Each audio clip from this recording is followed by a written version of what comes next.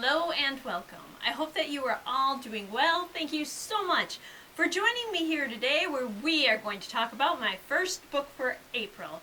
And that book is Blood in the Water by Caleb Roehrig.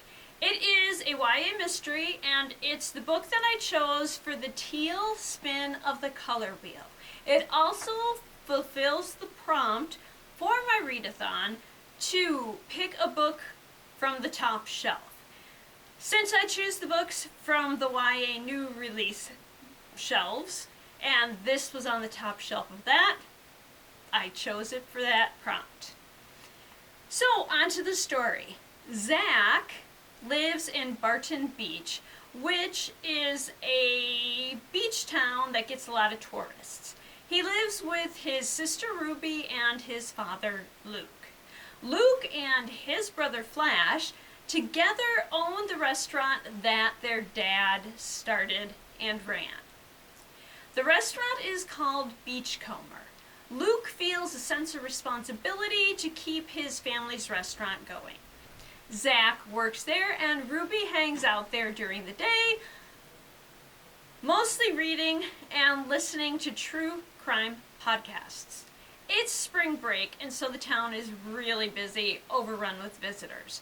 Beachcomber is quite busy, which is good, because they need all the money they can get to keep it going.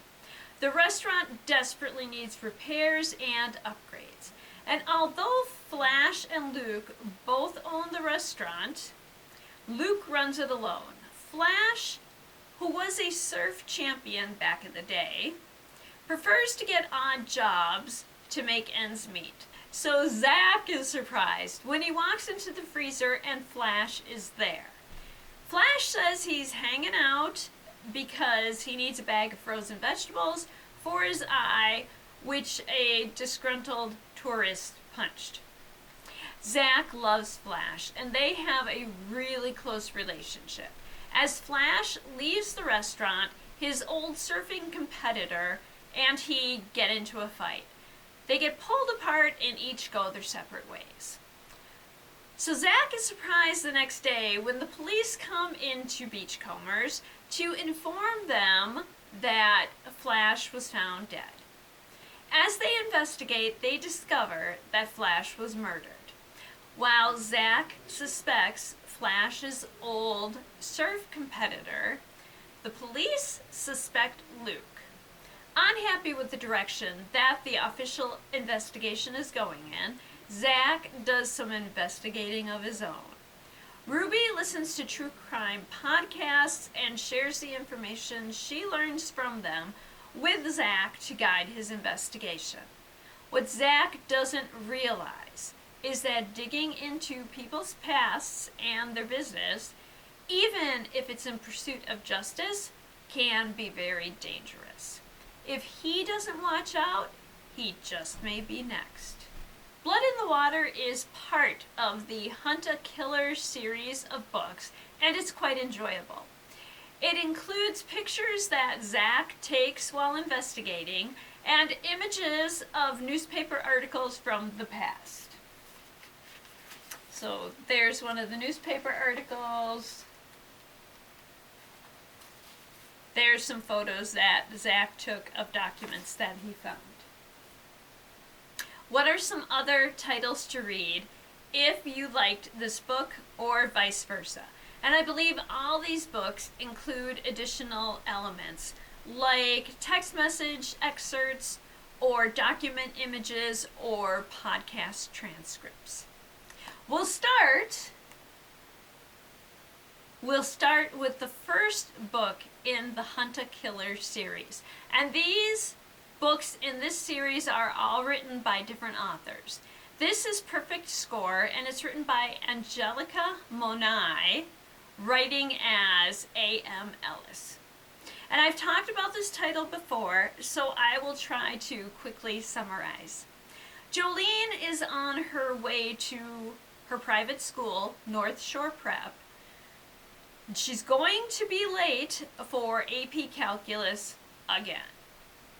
As she steps onto the L, she notices that Her favorite teacher is there as well. He should be at school. Mr. Medina is the teacher who got her interested in solving cold cases and becoming an investigator. She ducks out of his line of sight, making sure he can't see her, but keeps her eye on him. And he seems to be having a heated discussion with someone else. Jo can't see the other person, but she does see her teacher and is surprised when she sees his body flying out of the L train and into the path of an oncoming train. The police investigation concludes that it was an accident, but Jo knows what she saw. With the help of her friends, Sabrina and Frankie, Jo starts an investigation into the incident herself. Her investigation turns up a scandal involving the school, and her suspects include politicians, administration, parents, and students. Will she be able to figure out who is responsible before she and her friends become victims themselves? They Wish They Were Us by Jessica Goodman. In Gold Coast, Long Island, everything seems perfect. But as Jill discovered a few years ago, looks can be deceiving. During her freshman year, Jill's friend, the brilliant and beautiful Shayla Arnold, was killed by her boyfriend Graham. Now it's her final year of high school, and she is determined it's going to be the best year yet.